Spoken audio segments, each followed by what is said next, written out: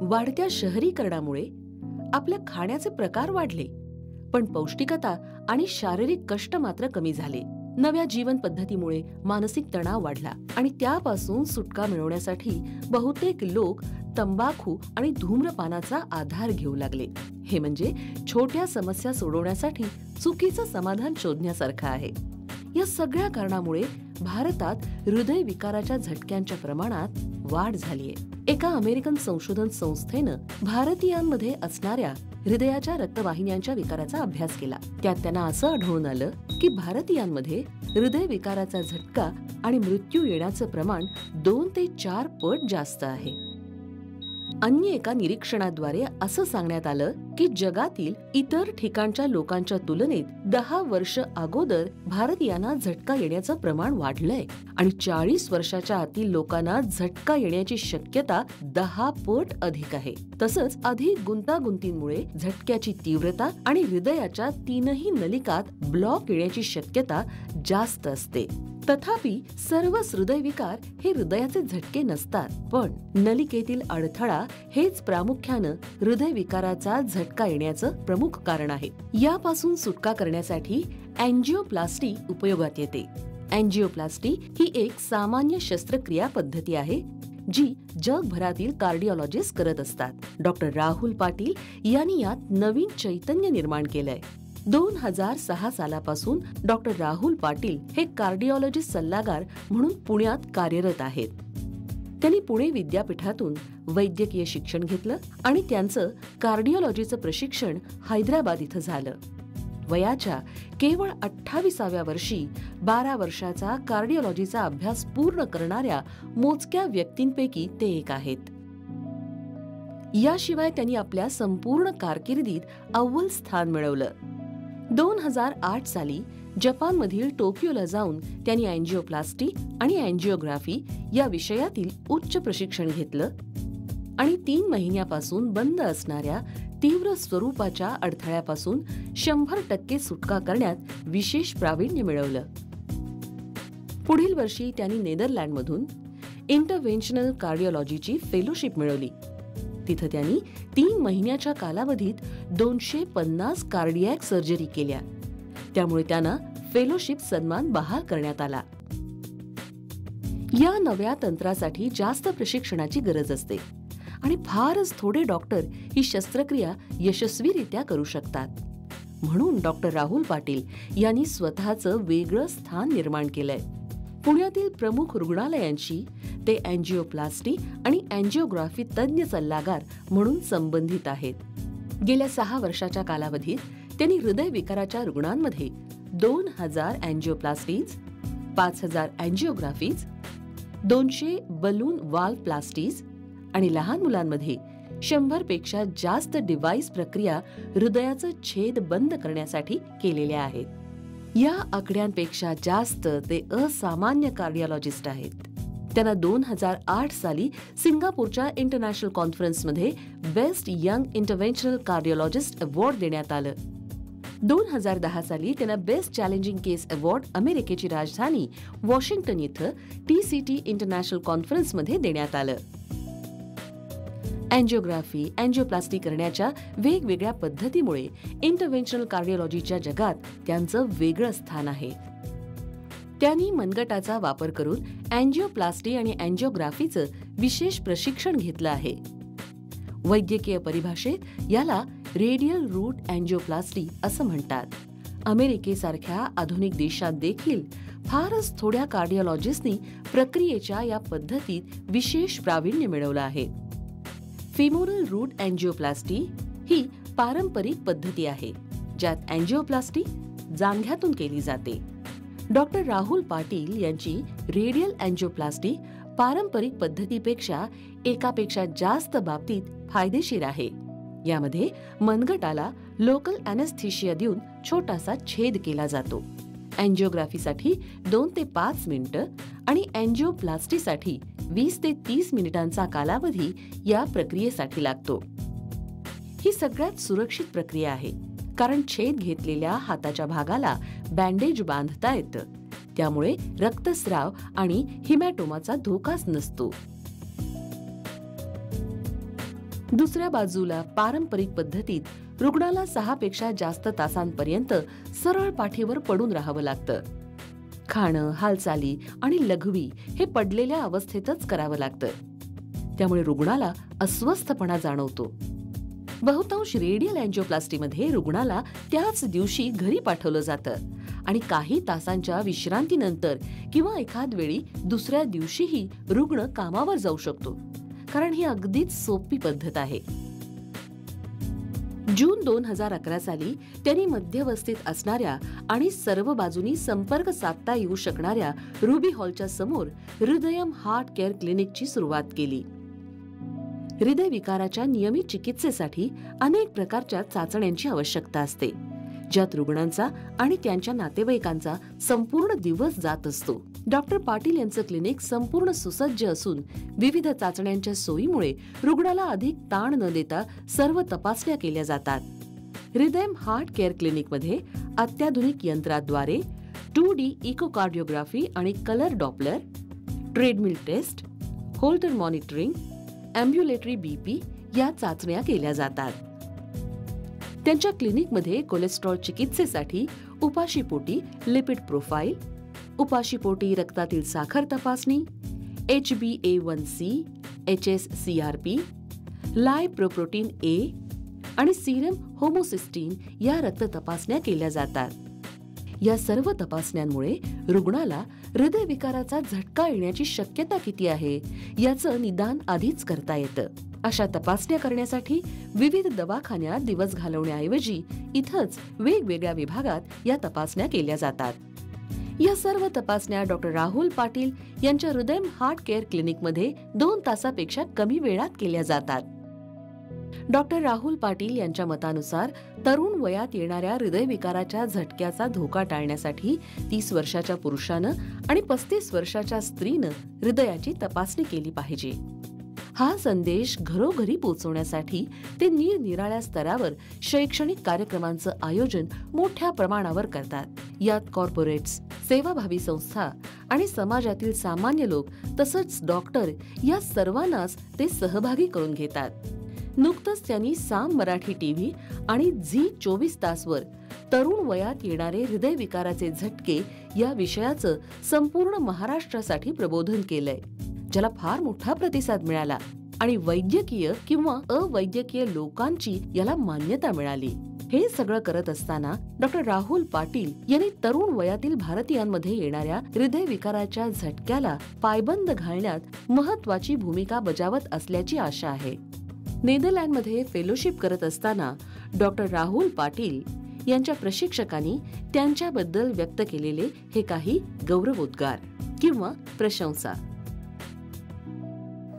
प्रिय डॉक्टर पाटील, आमच्या इस्पितळात तुमच्यासोबत काम करण्यात आनंद वाटतो. आमच्या इस्पितळात खूप मोठा कार्डिओलॉजी विभाग आहे. खरं तर युरोपमधील विभागापेक्षाही मोठा आहे. आम्ही 4000 पेक्षा जास्त अँजिओप्लास्टी वर्षाला करत असतो. आमच्याकडे आतापर्यंत जवळपास 40 एओर्टिक व्हॉल्वचे रोपण झालेले आहे आणि तुम्ही या कार्यक्रमाचा एक महत्त्वपूर्ण भाग होतात. तुम्ही खूप निष्ठावान, कौशल्यपूर्ण डॉक्टर आहात आणि आम्हाला कार्याचे मापदंड ठरवण्यात तुमची खूप मदत झाली. एओर्टिक व्हॉल्वचे स्पष्टीकरणाचे तुम्ही साक्षीदार आहात आणि गुंतागुंतीच्या अँजिओप्लास्टी प्रक्रिया तुम्ही अत्यंत यशस्वीरित्या पार पाडल्या आहेत. तुम्ही आमच्याबरोबर काम करीत आहात ह्याचा आम्हाला आनंद आहे आणि तुमच्यासारख्या निष्ठावान, हुशार आणि कौशल्यपूर्ण डॉक्टरांसोबत काम करण्यात समाधान वाटते. मी आशा करतो की नजीकच्या भविष्यकाळात आपण भेटू आणि तुमचे इस्पितळ आणि आमच्या इस्पितळामध्ये दोघे मिळून काही कार्यक्रम करू. मी आपल्याला भविष्यकाळात आपल्या करिअरमध्ये सुयश मिळो आणि भरभराट होवो अशा शुभेच्छा देतो. प्रिय राहुल, तुम्ही आमच्या इथे असल्याचा मला अभिमान वाटतो. तुम्ही चांगले इंटरव्हेन्शनल कार्डिओलॉजिस्ट आहात आणि तुम्ही आमच्याबरोबर खूप काही गोष्टी शिकल्याची आम्ही आशा करतो. तुम्ही पर्क्युटेनियक एओर्टिक व्हॉल्व रिप्लेसमेंटबद्दल उत्सुकता दाखवल्यामुळे मला खूप आनंद झाला आणि या क्षेत्रात भविष्यकाळात आपण एकत्र काम करू अशी मी आशा करतो. अर्थात मी आपणाला पुन्हा येथे एंदोवेन नेदरलँडमध्ये भेटण्याची तसेच भविष्यकाळात भारतात भेटण्याची आशा करतो. तुम्ही माझ्या पत्नीचे आणि माझ्या मुलांचे खरे मित्र बनून परेडमध्ये भाग घेतलात आणि तुम्ही त्यांच्याबरोबर अक्षरशः खूप वर्षांपासून असल्याप्रमाणे वावरलात. याचा त्यांनाही खूप आनंद झाला आहे आणि त्याबद्दल मी आपला अत्यंत मनापासून आभार. मोतीलाल मोठा, राहणार निपाट तालुका, जिल्हा नाशिक. मला हृदयाचा फार मोठा त्रास होता. चालताना दम लागायचा, थोडाही चालता येत नव्हतं. हृदयाचे ठोके वाढलेले होते. नाशिकमध्ये एन्जिओग्राफी केली. ते डॉक्टर एन्जिओप्लास्टी करायला तयार नव्हते. मी राहुल पाटील यांच्याकडे आलो. त्यांनी माझं चेकअप केल्यानंतर चॅलेंजिंग म्हणून सांगितलं की आपण एन्जिओप्लास्टी करू. त्याप्रमाणे 22 तारखेला माझी एन्जिओप्लास्टी झाली. ती हातातून करण्यात आली. इथून हातातून करण्यात आली. बाकीची जांघेतून होते. जांघेतून फार मोठी अडचण येत होती. हातातून केल्यामुळे काहीही समजले नाही व काहीही त्रास झाला नाही. एन्जिओप्लास्टीनंतर मी चालून बाहेर आलो. त्याप्रमाणे माझ्या हृदयाचे आता व्यवस्थित आहे. ठोके वगैरे चालताना थोडा दम लागतो, आता भरपूर कमी झालेला आहे. दुखायचं आता एकदम बंद झालेलं आहे. बाकी पूर्वी फार दुखत होतं, आता बिलकुल दुखत नाही. माझे वजन 110 किलो आहे. मला ब्लड प्रेशर, डायबेटीज सर्व असल्यामुळे प्रत्येक डॉक्टर विचार करीत होता की हे रिस्की काम आहे. त्याप्रमाणे राहुल पाटील यांनी रिस्क घेऊन माझं ऑपरेशन केलं. ते सक्सेस झालं. त्याबद्दल त्यांचे अभिनंदन. नमस्कार, माझं नाव शंकर मारुती कांबळे, राहणार खादून, तालुका खटाव, जिल्हा सातारा आणि सध्या सर्व्हिसला वेदावती हायस्कूल खादून येथे मी सर्व प्रयोगशाळा परिचय म्हणून आहे. माझं 18 नोव्हेंबरला छातीत फार दुखलं, पाठीत जास्त दुखायला, काळा इथे घाम वगैरे प्रमाणाच्या बाहेर सुटलं. त्याच्यानंतर मी 18 नोव्हेंबरला संजीवनीमध्ये ॲडमिट झालो आणि दुसऱ्या दिवशी लगेच राहुल पाटील यांनी येऊन माझे एन्जिओग्राफ केलं. त्याच्यानंतर मी रुबीमध्ये जाऊन त्या दिवशी इतकं घाम वगैरे सुटला, छातीत दुखायला लागलं, जर पाठ वगैरे दुखायला लागली जास्त, इतकं प्रमाणात की कळा वगैरे इतके आल्या की प्रमाणाच्या बाहेर. मग मला असं वाटलं काहीतरी होतं आहे मला, म्हणून मी राहुल पाटील यांच्याकडे रुबीमध्ये ॲडमिट होऊन लगेच माझे 3 स्टेंट बसवले. आत्ता मी म्हणजे काही त्रास नाही मला, व्यवस्थित मी कामावर वगैरे जातो, व्यवस्थित करतो वगैरे, काही त्रास नाही मला. आता 7 महिने झाले. 7 पूर्ण मला 7 महिने झालेले आहेत आता सध्या. टेस्ट वगैरे सगळं चालू आहे, व्यवस्थित औषध वगैरे झालं, पण दुखत नाही आता सध्या. व्यवस्थित काम वगैरे हजर होते कामावर.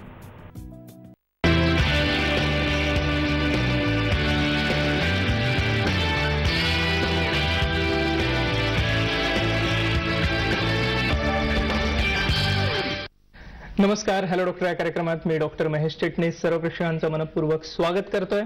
आपल्या आजच्या कार्यक्रमाचा विषय आहे हृदयविकार आणि आज हृदयविकारांमधले जे उपचार आहेत ज्याच्यामध्ये अँजिओप्लास्टी आणि बायपास ह्या उपचारांविषयी आपण खास करून आजच्या कार्यक्रमात जाणून घेणार आहोत.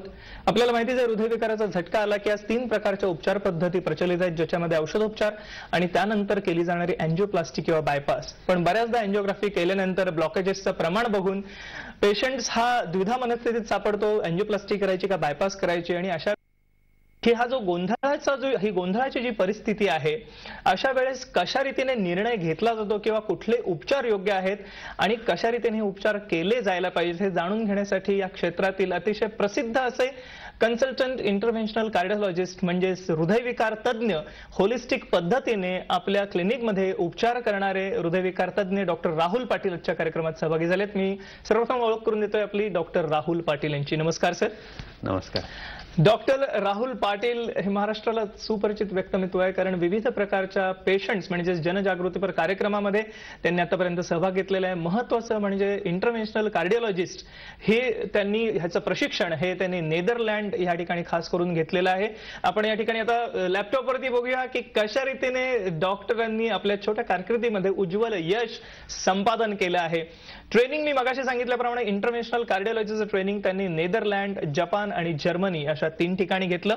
ह्यानंतर भारतात परतल्यानंतर अर्थातच त्यांनी आपली प्रॅक्टिस सुरू केली, पण सगळ्यात महत्त्वाचं आपली प्रॅक्टिस सुरू केल्यानंतर थोड्याशा कारकिर्दीमध्येच त्यांना बेस्ट ऑफ यंग इंटरव्हेन्शनलिस्ट हे अवॉर्ड देऊन सिंगापूर या ठिकाणी सन्मानित करण्यात आलं होतं 2008 साली. आपण बघू शकता हे फोटोग्राफ्स आहेत आणि हे अवॉर्ड सेरेमनी डॉक्टर को तियान हाय यांच्याकडनं हे अवॉर्ड देऊन त्यांना सन्मानित करण्यात आलं होतं. त्यानंतर 2010 साली त्यांना बेस्ट चॅलेंजिंग केस अवॉर्ड वॉशिंग्टन म्हणजेच अमेरिका ह्या ठिकाणी देऊन सन्मानित करण्यात आलं होतं. बेस्ट चॅलेंजिंग केस अवॉर्ड दिलं सप्टेंबर 2010 साली आणि ह्याचाही आपण फोटोग्राफ या ठिकाणी बघू शकता. इंटरनॅशनल अवॉर्ड आहे आणि त्या व्यतिरिक्त अतिशय महत्वाचा अवॉर्ड आहे ते आहे मानवता पुरस्कार. कारण पेशंटची सामाजिक आर्थिक परिस्थितीचं भान ठेवून ट्रीटमेंट किंवा उपचार पद्धती देणारे आणि सर्व रुग्णांसाठी उपचार ब्रीदवाक्य ठेवून काम करणारे डॉक्टर राहुल पाटील यांना मानवता पुरस्कार देऊन सन्मानित करण्यात आला होता. आणि याशिवाय खानदेश भूषण पुरस्कार देऊन सन्मानित करण्यात आले. ह्याचा आपण फोटो या ठिकाणी बघू शकता. डॉक्टरांनी हे जे उज्ज्वल यश संपादन केलं ह्याच्यामध्ये एक महत्वाची गोष्ट अशी आहे की होलिस्टिक पद्धतीने उपचार हे ब्रीदवाक्य ठेवून सर्व रुग्णांसाठी उपचार, मग त्याच्यामध्ये वेगवेगळ्या प्रकारच्या समाजातल्या स्तरातले रुग्ण असोत किंवा वेगवेगळ्या प्रकारच्या भावना घेऊन येणारे पेशंट्स असोत, सगळ्यांसाठी उपचार हे ब्रीदवाक्य डॉक्टर राहुल पाटील यांचं आहे. डॉक्टर राहुल पाटील, अभिनंदन आपलं. हे सर्व एवढे पुरस्कार आपण मिळवलेत आतापर्यंत आणि तुमच्याकडे आल्यानंतरच पेशंटना निंब बरं वाटत असेल. आपलं हे आश्वासक जे हास्य आहे, स्माईल आहे, ते मला वाटतं पेशंटना खूप बरं करत असेल.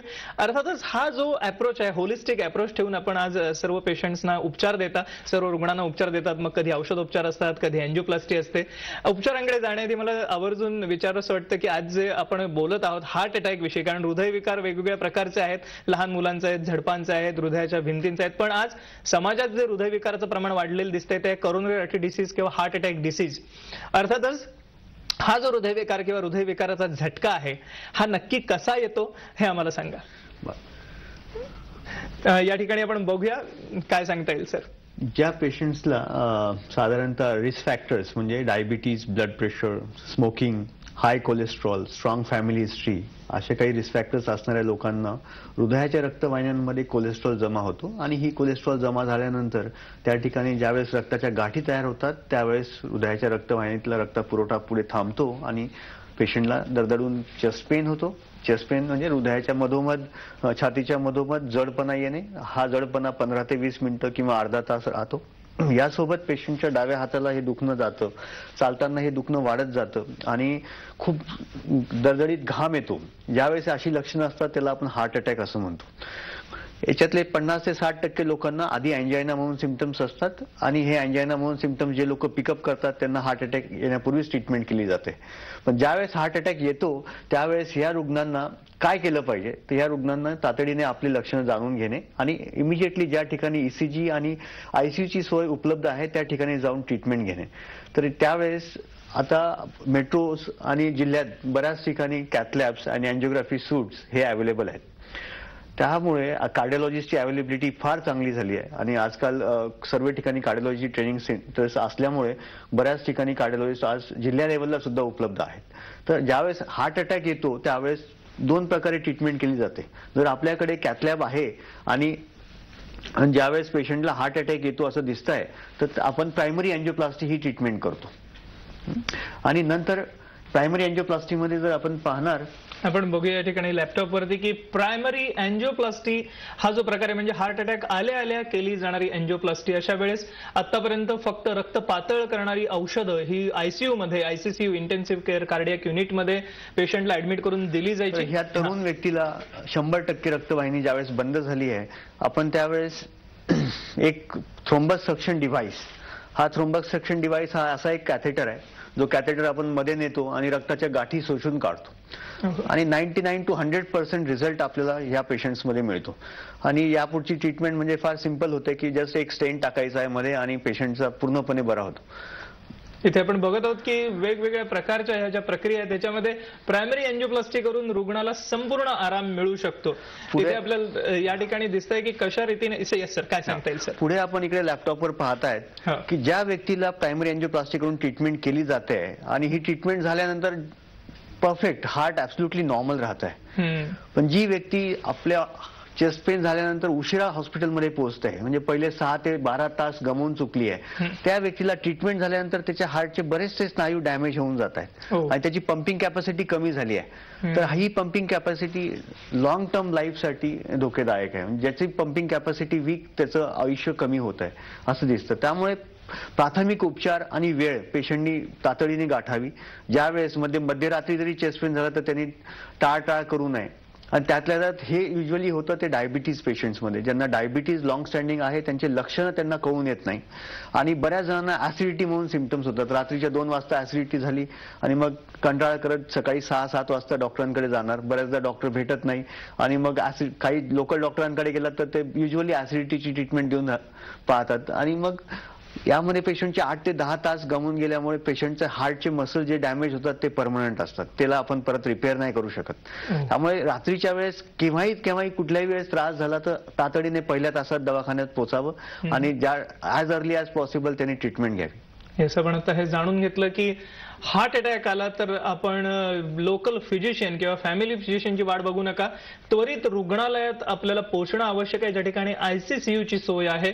त्याचबरोबरीने जर का कॅथलॅब उपलब्ध असेल तर निश्चितच चांगली गोष्ट आहे, कारण या ठिकाणी पण प्रायमरी एंजिओप्लास्टी जी आपण आता बघितली अशी प्रक्रिया करून आपलं हार्ट संपूर्णतः वाचवू शकतो किंवा जे ओरिजिनल हार्ट जसं आपलं होतं तितकंच सक्षम हृदय आपल्याला परत मिळू शकतं.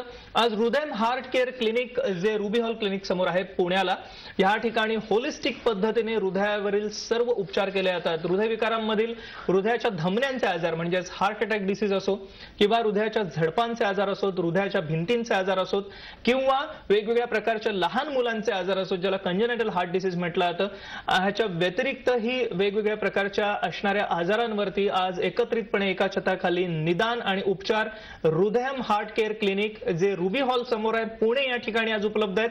जरूर आपण संपर्कासाठी जे नंबर आहेत ते आपण बघत आहात या ठिकाणी स्क्रीनवरती. त्यामुळे आपल्याला हृदयविकाराच्या संदर्भात अधिक प्रश्न विचारायचे असतील तर आपण पुढील नंबरवर विचारू शकता. त्याचप्रमाणे हृदयावरील कुठल्याही प्रकारचं निदान आणि उपचार आज या ठिकाणी उपलब्ध आहे अतिशय माफक दरामध्ये. सर, आज आपण बघितलंय की एकंदरीतच समाजामध्ये हृदयविकाराचं प्रमाण वाढतंय, खास करून यंग पेशंट्समध्ये किंवा तरुण पेशंट्समध्ये हार्ट अटॅकचं प्रमाण खूप वाढतंय. आपण आता हार्ट अटॅक विषयी आम्हाला समजावून सांगितलं.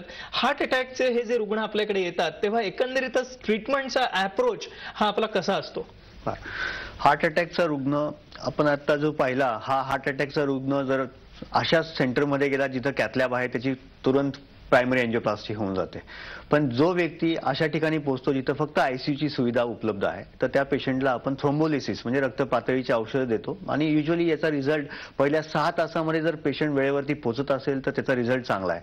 पहिल्या 2 तासात आपण हा गोल्डन पिरियड म्हणतो आणि त्याचा रिझल्ट एंजिओप्लास्टी सारखाच चांगला आहे.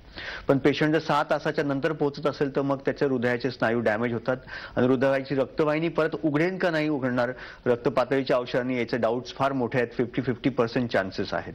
पण ज्या वेळेस हा पेशंट ICU मध्ये 3 ते 4 दिवस राहतो त्यानंतर पेशंटला अँजिओग्राफी ही ॲडवाईस केली जाते.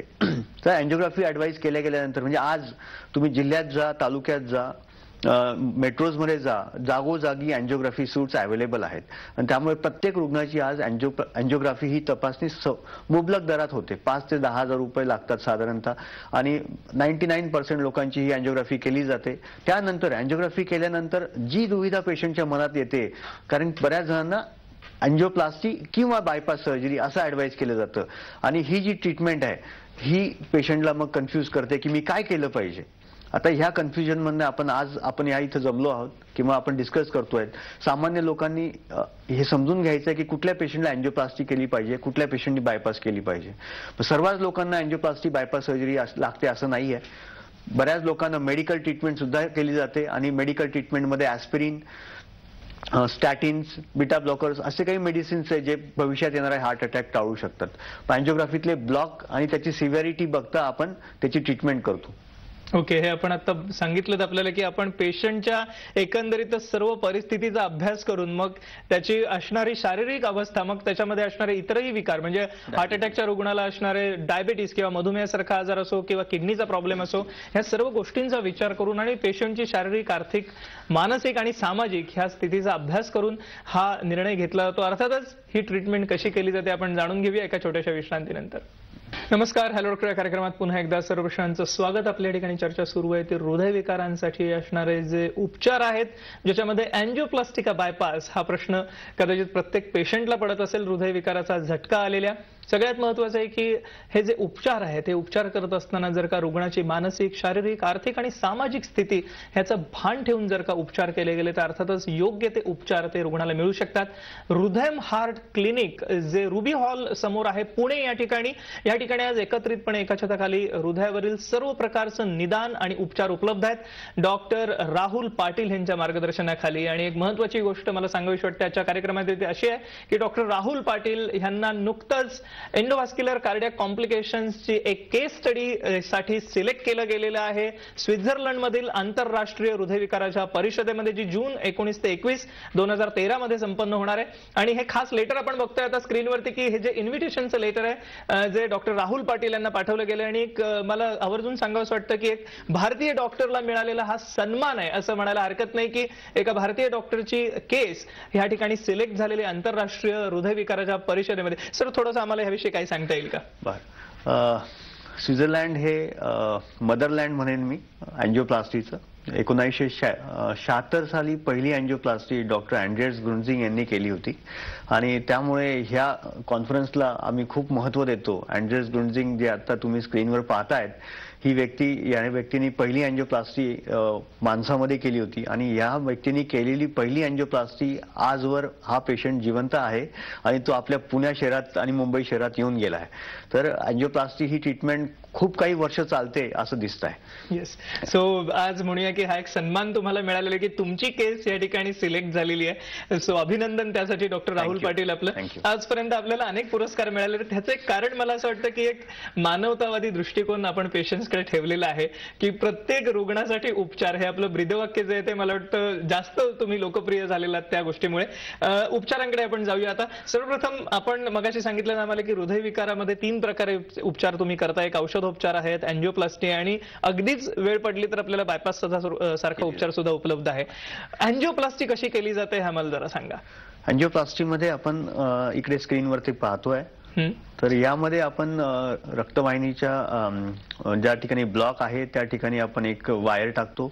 वायर टाकल्यानंतर त्या ठिकाणी एक बलून आणून तो ब्लॉक उघडतो आणि त्यानंतर हा टेक्निकल पार्ट आहे ऍक्च्युली आणि त्यामध्ये आपण एक स्टेंट बसवून मग हा स्टेंट बसला की पूर्णपणे ही रक्तवाहिनी ओपन होते. आज स्टेंट्समध्ये खूप प्रकार आहेत, मेडिकेटेड स्टेंट आणि नॉन मेडिकेटेड स्टेंट.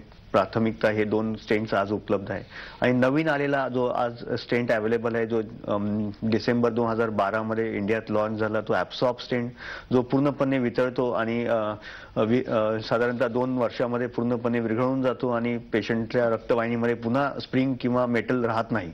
तर हे आपण जे पाहतायत ही अशा प्रकारे अँजिओप्लास्टी केली जाते. पण आपण बोलूया अशा रुग्णांबद्दल की जे रुग्णांची अँजिओग्राफी केली गेली आहे आणि त्यांना